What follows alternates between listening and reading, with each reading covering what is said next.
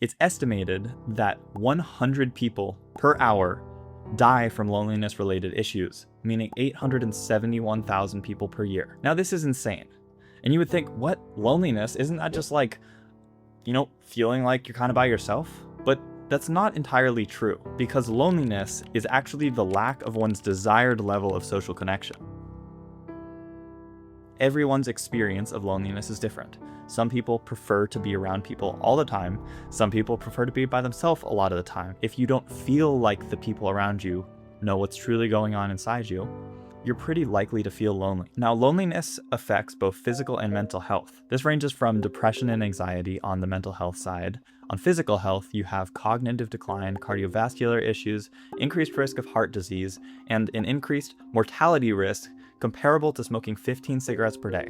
And that doesn't mean somebody's just like, I'm lonely, and they die. It means that related to loneliness, all of these effects that I previously mentioned are causing significant deaths around the world. Throughout the lifespan, loneliness is the highest when you are young, decreases through the middle of your life, and then increases again as you get older, with 80% of youth and 40% of adults over 60 experiencing loneliness at least sometimes. The world we live in has increasingly individualistic societies. It's every person for themselves. Of course, with the rise of social media and other technology, we've been given this really compelling illusion of connection. Like, oh, I have 200 friends online or 1,000 friends online. And this doesn't really fulfill that actual authentic desire for connection with other human beings. There's a study called the BBC Loneliness Experiment, which surveyed 55,000 people from around the world. It lists 237 countries and territories.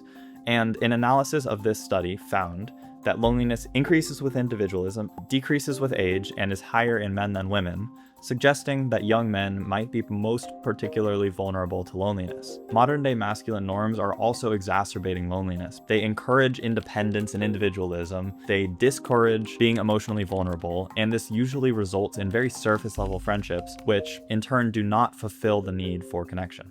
I want to make it clear that everybody can experience loneliness. I only chose to focus my research on men because it is the group that I best understand because I am one. Before figuring out what I wanted to research for solutions to loneliness, and particularly with men, I had to look at all of the existing research, or as much as I feasibly could, to identify a potential gap within that research. The first thing that I found was research on masculinity norms and emotional restriction. Men who adhere to norms like emotional stoicism, self-reliance, and avoidance of vulnerability report lower social connectedness and have difficulty confiding in others. To me, this says that there needs to be spaces where it is safe enough to open up emotionally and is not discouraged.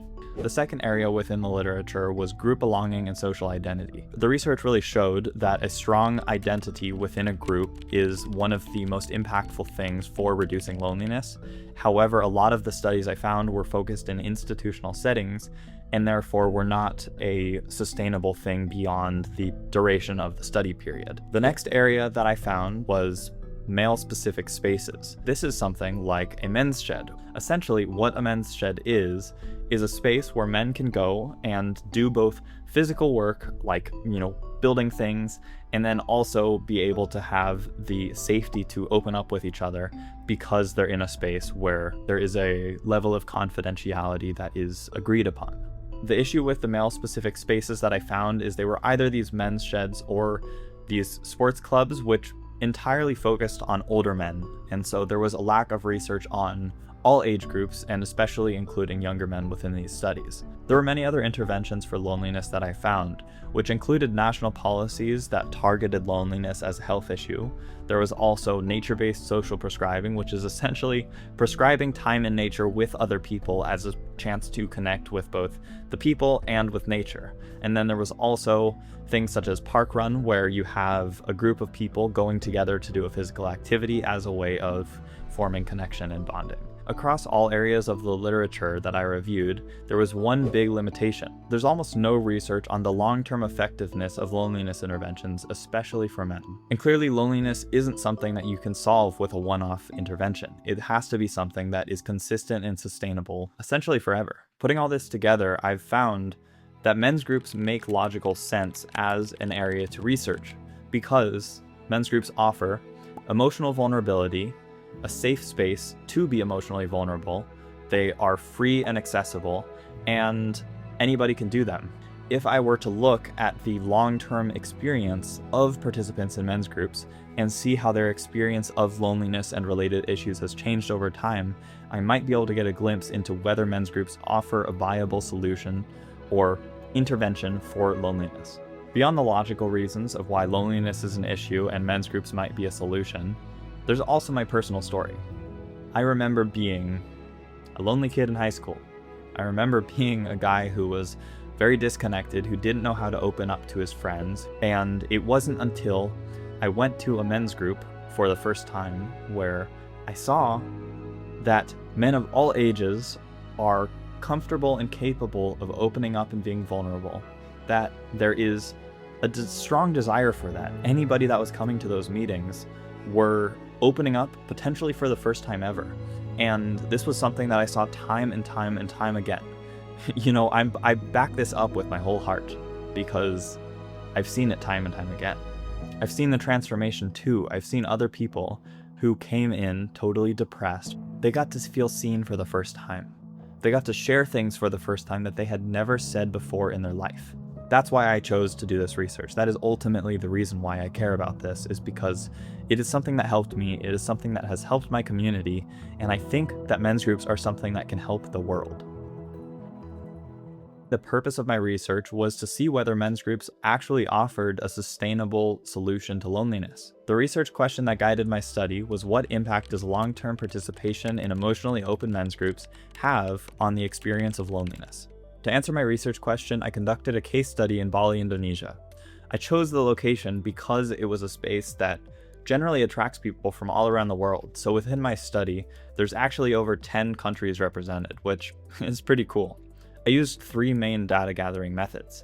I did 15 semi-structured interviews with men who have been long-term participants of men's groups. It ended up that the men that I interviewed had been a part of men's groups for anywhere from 1 to more than 30 years. I also did field observations, and what this meant was going to the men's groups and just kind of observing what was going on, what kind of patterns I was noticing. Additionally, I did reflexive journaling. So I used qualitative thematic analysis to turn the data that I collected into codes and ultimately themes and findings. The research was guided by 2 frameworks. These are self-determination theory and social identity theory. Self-determination theory being meeting the psychological needs of autonomy, competence, and relatedness, and social identity theory, having a social identity, a belonging to a group, creates a buffer against loneliness. So the big question is, what did I find? Well, there was 5 main themes that I found throughout the coding process and throughout my research. My first finding is that structural safety enables vulnerability and connection.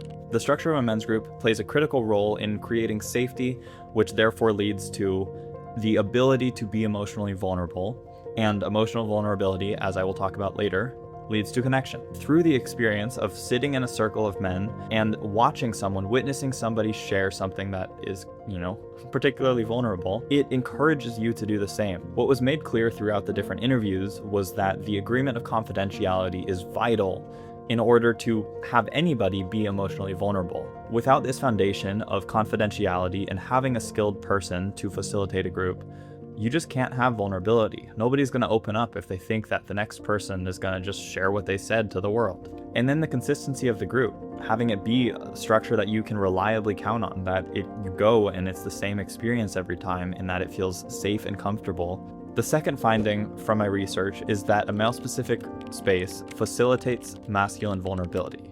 And what I mean by this is that being vulnerable as a man in many spaces is hard. A men's group particularly gives men the permission to open up and be vulnerable in a way that feels generally safer than it might be in other places. I do want to make it clear that not everybody shared this sentiment. Some people said they were indifferent to who was in a space to be able to share. A men's group both holds the masculine and the feminine equally. What might be seen as generally more feminine being vulnerable is a part of the space. It gives you the permission to embody both the masculine and the feminine in a space that feels comfortable to do so. The core mechanism of a men's group is both sharing and listening. And this seemed to be something that was reflected throughout all of the interviews, the significant impacts of this. There was a similar sentiment shared amongst many of the interviews, which is that a lot of people just had the impression that they were going through things on their own and that nobody else could understand. in that going to a men's group and being able to share, being able to see other people share similar issues, made them realize that that was simply not true, that they weren't alone in these issues, and that there were other people that were going through the same thing or had gone through the same thing and could support them on that journey.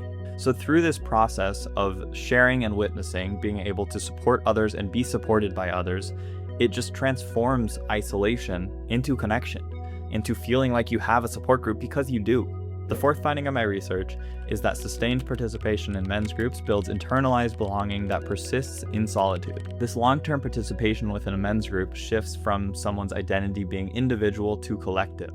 The really cool thing about this is that this internalized belonging, this sense of connection with others, persists when you're alone, because you know that the group is there to support you. You believe it, you feel it, and that is something that was reflected consistently through all of the interviews. My final finding is that participation in men's groups develops relational competence and transforms the experience of solitude.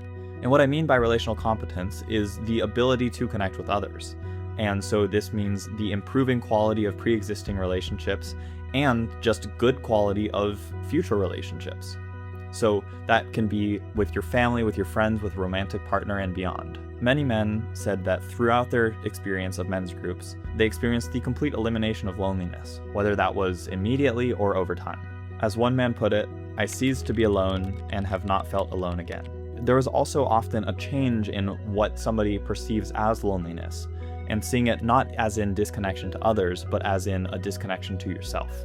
And so, again, a men's group isn't functioning to just cut out all of your issues, but it gives you the resources to be able to connect, to build relationships, to connect with yourself, to be able to do all these things that you wouldn't have necessarily done, to be emotionally vulnerable, to share with others, to learn from others. So think of it like this. You have the structure of the group as a foundation, the facilitation and the agreements that create that emotional safety. Additionally, you have the masculine or male-specific space that allows for further emotional vulnerability. You then, on top of that, have this sharing and support that is mutual, that you are sharing to others, others are sharing, you are listening, you are receiving. On top of that, you have this internalized belonging that comes through the participation. You shift from having a identity as I to we, being connected to others, to believing that there's a group of people that love and care about you, I guess. You now have all of the resources you need to work on your problems, both together with others and individually. You have the resources to support yourself now. I'll leave you with one last quote from an interviewee. "My baseline has been fundamentally altered in terms of what I now perceive as a meaningful relationship. The dynamics I share with people inside the men's group are in many ways what I'm aiming for in my everyday life." And I think this beautifully illustrates exactly what I've experienced, that the standard that I have for connection and in new friendships is so much higher than it used to be, and so much better, so much more healthy, I would say, to not have any mask on when I meet somebody. I don't have to pretend to be anyone I'm not. My findings clearly show that men's groups have the potential to be a solution to loneliness. However, the structure of men's groups is something that is so variable. Not all men's groups are created equal. So in order to figure out what actually creates a good men's group, I had a call with Dr. Wayne Bird. He is the founder of Brotherhood Global and the author of The Brotherhood Effect, and he has incredible experience with this topic. Thank you so much, Wayne, for joining me here on this call. I'm really excited to talk to you today about men's groups and their importance. As you were saying earlier, that men's groups are critically important. I believe that. My life is evidence of that.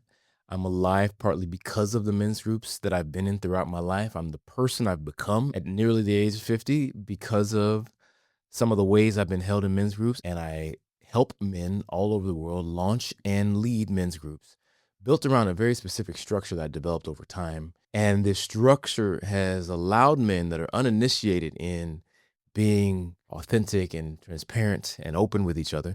It's a structure that helps men do this very easily. So I'm committed now to spreading the good news of brotherhood, as my particular structure in men's group movement is called, Brotherhood.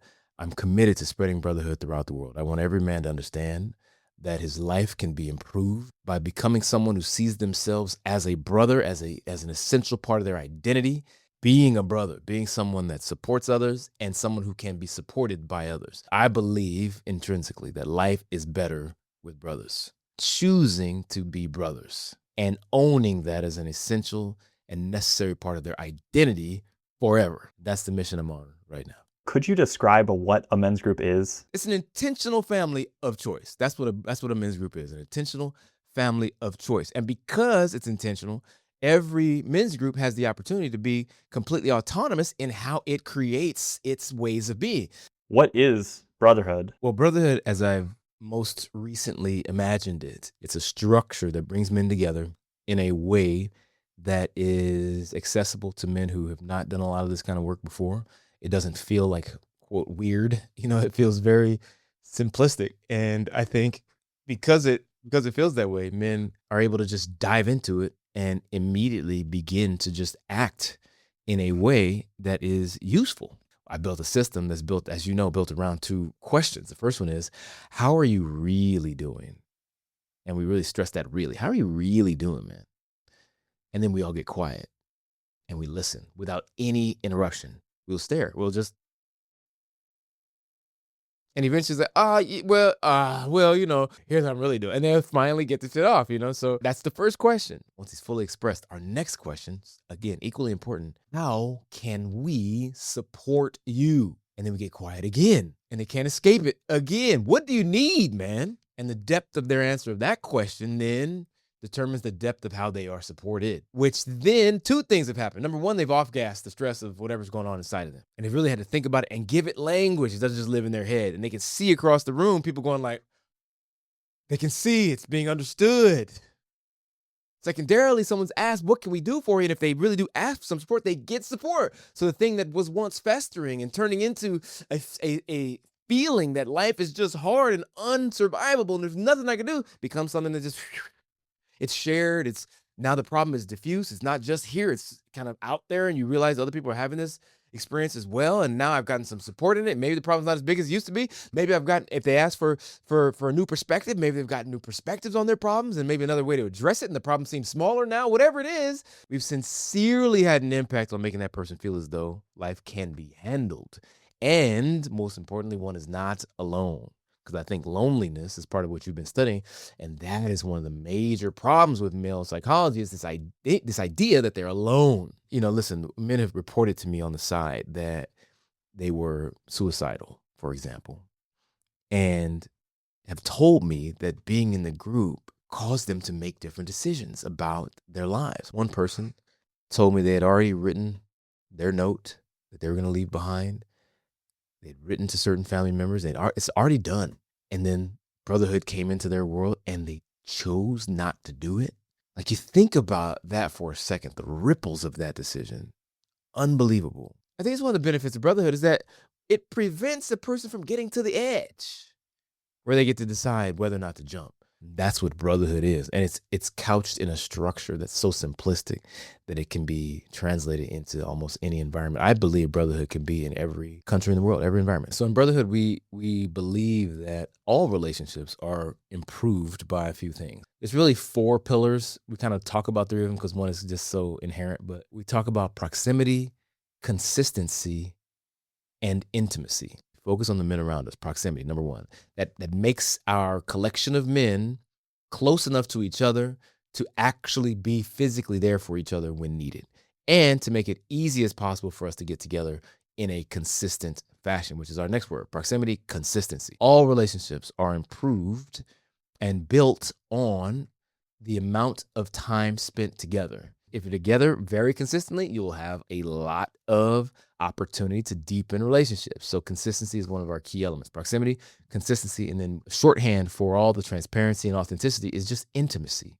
Deep relationships required a level of honesty, a level of open-heartedness that would require a sense of safety. So intimacy is that as well. And then lastly, I say we have 4 because mutual support is our other pillar, really. We support each other. You don't come there to just be supported. You join the family so that you can get everything you need and you can make sure everyone gets everything they need as well. Consistency, proximity, intimacy, and mutual support form the foundation that Brotherhood sits upon. First of all, get support. Sign up for some support from an organization like mine to understand what it is to create one, and then we will hold your hand as you do so. I think what is important is not how many people show up, but how well you create the norms around those 4 core values of proximity, consistency, intimacy, and mutual support. I think the structure takes care of so much of the heavy lifting. It doesn't require any person to be some sort of amazing facilitator. It doesn't require any of that. All you have to do is get all the guys into the same place at the same time. Number 2, be as willing to be as intimate as possible to model for other men that it's safe to do so. And number 3, be willing to be responsible for the consistency for the first few months. Owning being supportive early, owning the intimacy, owning the consistency. That's what is necessary for this to spread. Just own the values, and I think that we can help you with the rest. Thank you so much, seriously, for being so open to continue to share and connect on the importance of having these spaces for men. Hey man, it's my pleasure, and thank you for doing what you're doing. You and I share an intention to be men who forward this beautiful thing that solves so many of our problems. I know that people's lives will be dramatically impacted by what you're doing in ways that you'll never know. Thank you so much, Wayne, for giving this valuable insight into what makes an effective men's group. So I'd like to talk a little bit about what my findings actually mean. Clearly, men's groups are a valid and effective solution or approach to reducing loneliness in men. They help men become better able to handle solitude. They improve relationships, increase emotional capacity, and increase each man's capability outside the group. Consistent participation in men's groups gives men a reliable space where they feel understood and seen, which directly lowers feelings of isolation and increases a sense of belonging. The significance of this research is pretty straightforward. When a men's group is intentionally designed and effectively facilitated, men's groups offer a scalable community-based solution for reducing loneliness in men. I'd also like to bring up 3 limitations of my study. The first of these is that this was a limited duration study. I was only actually doing this research for 3 months. The issue with this is that although I was interviewing people on their long-term experiences, I wasn't able to have multiple interventions or look at someone's experience as it's actually shifting over time and relied on recollection. Secondly, is the positive sample bias. So anybody that is a long-term participant in a men's group is most likely receiving beneficial results, and that anybody who isn't and did not get benefit from a men's group is self-selecting out and would not qualify for the study because they haven't been a long-term participant. I think future research could definitely build on what I've done so far. Following men over a longer period of time would be the best. To be able to see somebody's transformation from initially joining a men's group, understanding their level of loneliness then, and then seeing how that shifts over time, that would be incredible. I certainly don't think that this research is just relevant for men. There are plenty of aspects of this that apply to everyone, and potentially there are groups that are, all genders that can be open and have similar function, and maybe they would work just as well. This study shows me that men's willingness to connect is far greater than many people assume. With intentional environments and consistent participation, men can support each other and create meaningful change in their lives. Overall, I would say that this research makes me very inclined to believe that men's groups are going to play a vital role in reducing loneliness in men around the world. And I really think that this is the start of something big. Hopefully, throughout this video, you've learned that there are some serious resources, some serious places that you can go to receive support, to receive connection. All of this is at your fingertips, and you can create this yourself. You can create a men's group, you can join a men's group, you can join any type of group. You can create this connection with your friends, with your family. All it takes is asking the simple question, how are you really doing? And then sitting back and listening. This video was basically the culmination of 2 years of research throughout my degree at LIU Global, and I've put countless hours into researching my issue of loneliness, the solutions that are out there, figuring out where I want to go, how I want to do this research, and then funneling that into actually doing research in another country as an undergraduate, which that alone is crazy, then turning that research that I gathered, all of those 15 interviews from people from around the world, into a written exegesis, which is the written portion of this project, and then this is my documentary thesis. Thank you so much for watching this video. I hope you learned something, and until next time.